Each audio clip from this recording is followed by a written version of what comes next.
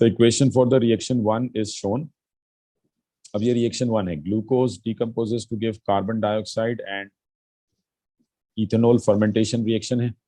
अच्छा, अब यहाँ पे ये इन्होंने कंबशन रिएक्शन मतलब डेल्टा एच कंबशन हमें दी है। Heat of combustion of glucose इसको ए से रिप्रेजेंट कर रहे हैं and heat of combustion of ethanol इसको बी से रिप्रेजेंट किया जा रहा है। What is the correct expression for the enthalpy change of reaction 1?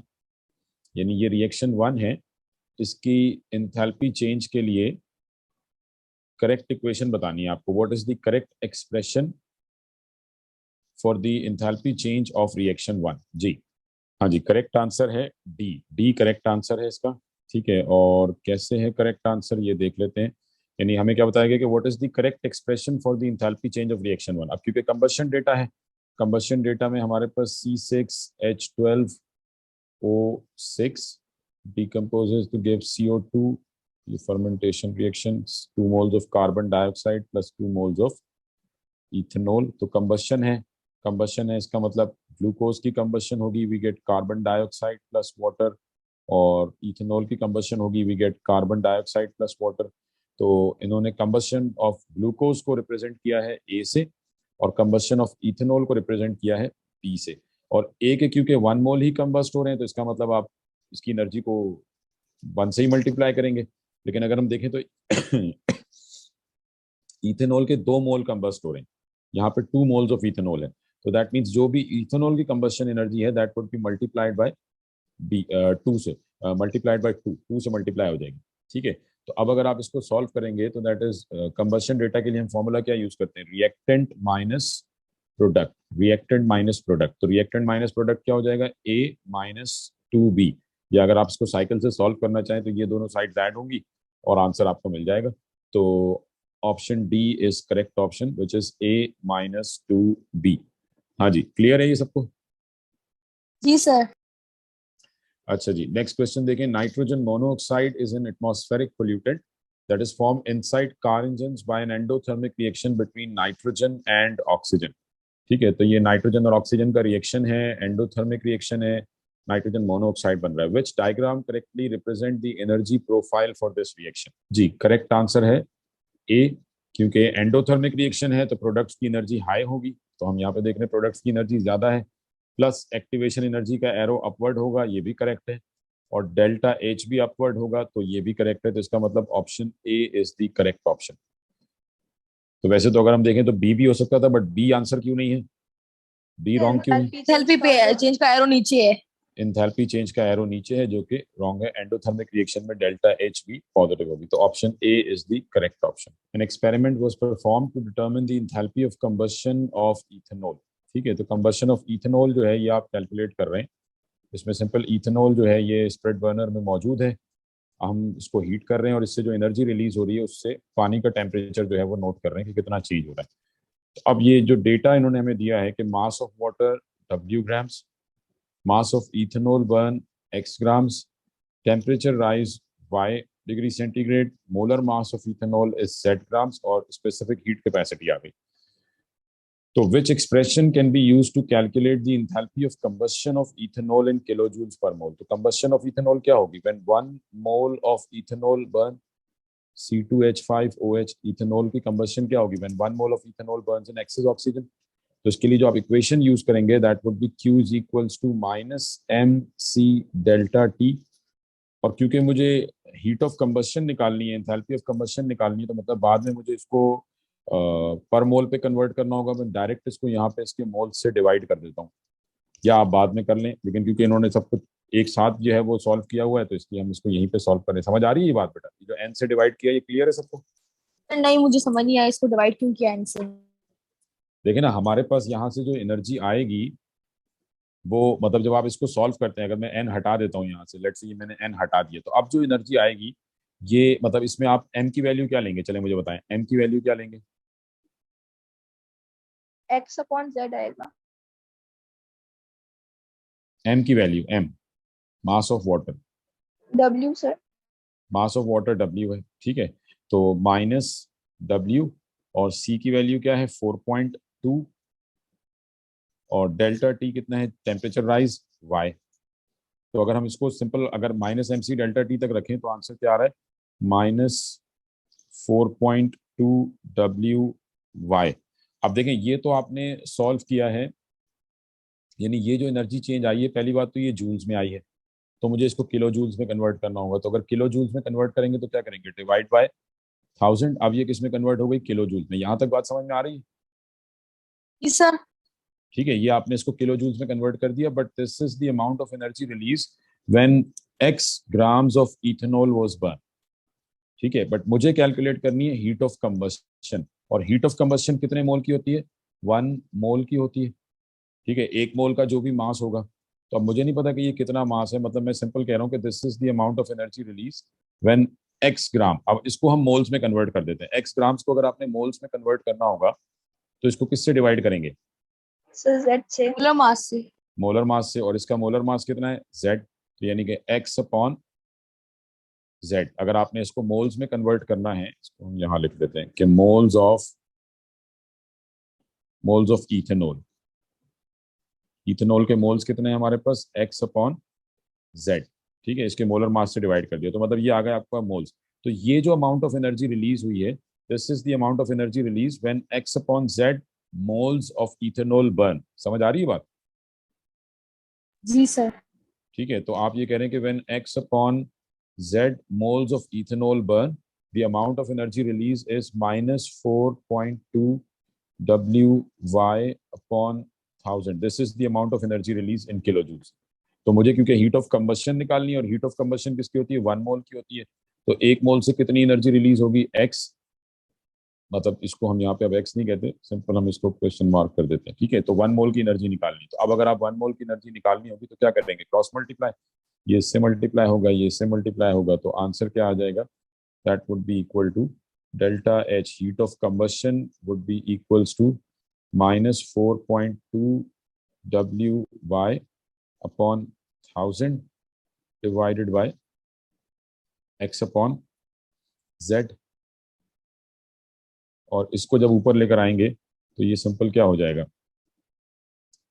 -4.2, इसको हम कैसे सॉल्व करेंगे, -4.2 z ऊपर आ जाएगा, WYZ अपॉन 1000x।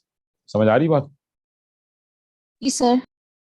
हाँ जी, सबको समझ में आई है बेटा? ये अब ये काफी लंबी कैलकुलेशन हो गई, इसको हम डायरेक्ट यहीं पे सॉल्व कर सकते थे अगर n से डिवाइड कर देते, बट ये समझाने के लिए मैंने इसको इस तरह से सॉल्व किया है। समझ आया ये? जी सर। जी सर जी, बाकी सबको क्लियर है? तो इस किस्म के क्वेश्चंस को इतना लंबा करने के बजाय आप इसको डायरेक्ट सॉल्व कर सकते हैं एक छोटे से फॉर्मूले से। इसको मतलब हम डायरेक्ट किस तरह से सॉल्व कर सकते थे कि बजाय इसके कि आप इसको पूरा इस तरह से सॉल्व करें, मैं यहाँ पे इसको रब कर दूं पहले एक दफा, क्योंकि देखिए बाद में आपने इसको मोल्स से डिवाइड किया ना, ये क्या है, मोल्स है। तो मैं मतलब मैं इसको डायरेक्ट ही अगर यहाँ पे ये इक्वेशन ले लेता कि delta H heat of combustion of ethanol is equals to -MC delta T upon n। मतलब बाद में जो मुझे ये क्या है, ये मोल्स ही है ना, और ये MC डेल्टा टी का आंसर है। तो आपने उसको बाद में n से डिवाइड किया, हम इसको पहले ही n से डिवाइड कर दें। यानी अगर आपको हीट ऑफ कंबशन निकालनी हो तो आप डायरेक्ट ये फॉर्मूला यूज कर सकते हैं। समझ आ रही बात ये? जी सर। ठीक है, तो अगर मैं डायरेक्ट ये फॉर्मूला यूज करूं तो अब ये क्या हो जाएगा, बात तो वही आएगी, -4.2, और m की वैल्यू क्या है, मास of water W, delta T Y upon, इसको 1000 आपने 1000 से डिवाइड कर दिया क्योंकि किलो जूल्स में कन्वर्ट करना है, अपॉन नंबर ऑफ मोल्स कितने हैं, x अपॉन z। तो सेम वही आंसर आ जाएगा आपके पास कि -4.2 WY/Z अपॉन 1000x। तो ये जहन में रखें कि जब भी आपको डायरेक्ट हीट ऑफ कंबस्शन निकालनी हो तो आप MC डेल्टा टी को डायरेक्ट नंबर ऑफ मोल्स से डिवाइड कर सकते हैं। तो वो आपको मतलब पहले क्यू फिर निकालें, फिर उसके बाद उसको कन्वर्ट करें पर मोल पे, उससे पहले बेहतर ये है कि आप उसको डायरेक्ट n से डिवाइड कर दें। जी बेटा, ये सबको समझ में आई ये बात? इसमें किसी को कोई कंफ्यूजन? हाँ जी, अब देखें ये बिल्कुल सेम वैसा ही सवाल है जैसा अभी हम करके आए हैं पेपर 2 में। The following data are needed for this question on heating sodium hydrogen carbonate decomposes as shown. वो पोटेशियम हाइड्रोजन कार्बोनेट था, ये सोडियम हाइड्रोजन कार्बोनेट है, और वहां हमने ये वैल्यूज कैलकुलेट की थी, यहाँ इन्होंने डायरेक्ट हमें वैल्यूज दे दी हैं। What is the enthalpy change for this decomposition? चलें जल्दी से बताएं शाबाश। यानी आपने सिंपल क्या देखना है कि 2 moles of sodium hydrogen carbonate है, तो मतलब NaHCO3 वाली इक्वेशन मल्टीप्लाई बाय 2 हो जाएगी, तो जो भी वैल्यू है इसको मल्टीप्लाई बाय 2 कर देना है। सोडियम कार्बोनेट प्रोडक्ट साइड पर है, तो ये जो रिएक्शन है इसमें Na2CO3 रिएक्टेंट साइड पर है, इसको रिवर्स कर देंगे तो ये वाली वैल्यू प्लस में हो जाएगी। ठीक है, -96.59 की जगह पे ये +96.59 हो जाएगा। अब इसको 2 से मल्टीप्लाई करें और ये हमारी वैल्यू प्लस में हो गई, दोनों को ऐड करेंगे तो आपके पास आंसर आना चाहिए 18.65 kilo joules per mole. Option C is correct. ठीक है जी, क्लियर हो गई बात? जी सर। क्वेश्चन नंबर 5, ये भी तकरीबन मिलता जुलता सवाल है। चलें अब एक काम कर लेते हैं, ये बाकी के क्वेश्चन मैं आपको सेंड कर देता हूँ, इनकी आप खुद से प्रैक्टिस कीजिएगा। ठीक है जी सर। जी। सर जो पिछला वाला सवाल है वो मैंने साइकिल वाले तरीके से किया था सर, वो इक्वेशन वाला तरीका मुझे थोड़ा समझ नहीं आ रहा। अभी भी समझ में नहीं आया जब मैंने सॉल्व कर दिया तो? सर वो मतलब वो कौन सी रिवर्स करनी है ये? देखें सिंपल है ना बेटा, कि एक मिनट इसको मैं रब कर देता हूँ। जो इक्वेशन आपको चाहिए ना, जिसकी वैल्यू आपने फाइंड आउट करनी है, आप उसको देखें कि उसमें जो सब्सटेंस है वो कहाँ पे, यानी मुझे इसकी डेल्टा एच कैलकुलेट करनी है। ठीक है, अब इसमें सोडियम हाइड्रोजन कार्बोनेट कहाँ पर है? रिएक्टेंट साइड पर है, और कितने मोल्स हैं? 2 मोल्स हैं। तो मतलब मुझे NaHCO3 की जो भी इक्वेशन है, ठीक है, अब NaHCO3 इस इक्वेशन में है, इसमें NaHCO3 है तो रिएक्टेंट साइड पर, लेकिन कितने मोल्स हैं इसके? 1 मोल। 1, और हमें कितने मोल्स रिक्वायर्ड है? 2, तो इसलिए हम इस इक्वेशन को मल्टीप्लाई बाय 2 करेंगे। समझ आ रही है ये बात? सर ये मुझे आ गया, मुझे ये समझ नहीं आ रहा कि हमें रिवर्स कौन सा करना है। अब देखें ना, दूसरी तो चीज आपने यहाँ देखनी है कि मतलब दूसरा सब्सटेंस आपको क्या रिक्वायर्ड है? Sodium carbonate. और इस इक्वेशन में सोडियम कार्बोनेट कहाँ पर है? रिएक्टेंट या प्रोडक्ट? प्रोडक्ट। प्रोडक्ट साइड पर है। और जिस इक्वेशन में, यानी जिसकी वैल्यू आपको गिवन है, जिसमें सोडियम कार्बोनेट मौजूद है, इसमें कहाँ पे है ये? रिएक्टेंट में। अच्छा सर यानी समझ आ गया। ठीक है ना, मतलब मुझे ये जो सोडियम कार्बोनेट है ये प्रोडक्ट साइड पर चाहिए। ठीक है, ये मुझे रिएक्टेंट साइड पर नहीं चाहिए, ये प्रोडक्ट साइड पर चाहिए, तो इसलिए इस इक्वेशन को मैं रिवर्स कर दूंगा सर। ताकि ये। जी। सर मुझे ना इक्वेशन वाला इजी लगा, मुझे साइकिल वाला मेथड बिल्कुल आता ही नहीं है, मतलब अगर आएगा ना तो मुझसे वो नहीं होगा। क्योंकि आप प्रैक्टिस नहीं कर रही ना उसकी, आपने इस पे रिलाई कर लिया, आपने सोच लिया बस मैं अब ऐसे ही करूंगी सॉल्व। सर आप साइकिल ज्यादा इजी है लेकिन वो टाइम टेकिंग है ज्यादा। देखें, हैं दोनों ही एक जैसे, आप असल में समझ नहीं रहे हैं साइकिल मुझे समझ कॉन्सेप्ट। नहीं है, साइकिल से कैसे बनाए मुझे बिल्कुल समझ नहीं आ रहा है।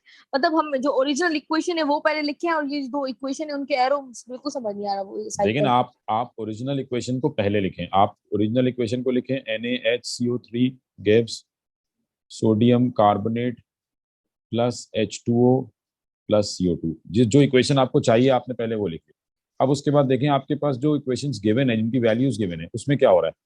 पहली इक्वेशन में अगर आप देखें तो सोडियम हाइड्रोजन कार्बोनेट रिएक्ट कर रहा है HCl के साथ, यानी मुझे सोडियम हाइड्रोजन कार्बोनेट को रिएक्ट कराना है किसके साथ?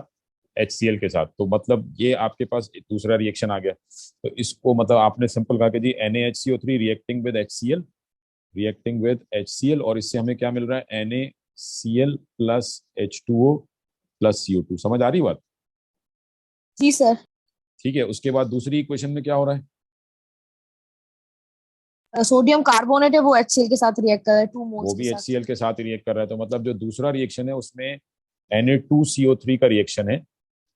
ठीक है, Na2CO3 का रिएक्शन है, और इसका रिएक्शन भी HCl के साथ ही है, मतलब ये भी HCl के साथ रिएक्ट करके अगर आप देखें तो सेम प्रोडक्ट बना रहा है, NaCl वाटर और कार्बन डाइऑक्साइड। मतलब इसका एरो भी मुझे सेम इसी डायरेक्शन में नीचे लेकर आना है, और ये भी सेम HCl के साथ रिएक्ट कर रहा है, बट ये 2 मोल्स के साथ रिएक्ट कर रहा है, तो बन गया साइकिल। रिएक्शन खुद बता देंगे आपको कि एरो अपवर्ड बनाने हैं डाउनवर्ड बनाने हैं। यानी NaHCO3 रिएक्ट कर रहा है, इससे NaCl बन रहा है, तो NaHCO3 रिएक्टेंट हो गया ना, तो एरो डाउनवर्ड बनेगा। सोडियम कार्बोनेट रिएक्ट कर रहा है, इससे NaCl बन रहा है, तो ये भी एरो डाउनवर्ड बनेगा।